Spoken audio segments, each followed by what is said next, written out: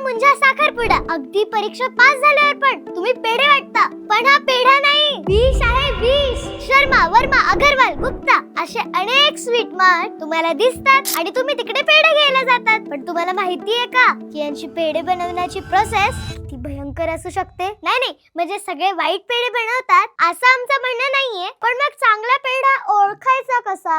तर पेढा चांगला आहे की वाईट हे बघण्यासाठी तुम्ही घरीच एक्सपेरिमेंट करू शकता.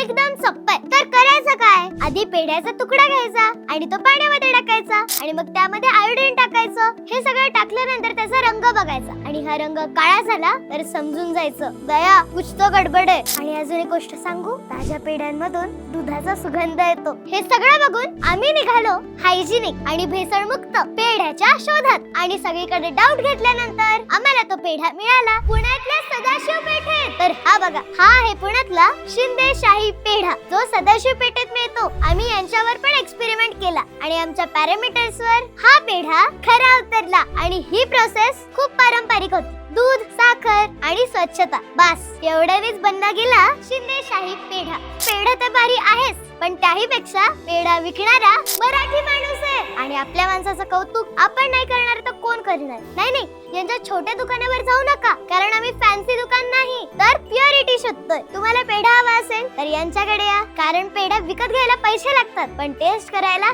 नाही. आणि अजून एक, तुम्हाला सुद्धा अशा भेसळमुक्त गोष्टींची माहिती असेल तर आम्हाला कळवा, आम्ही ते प्रमोट करू.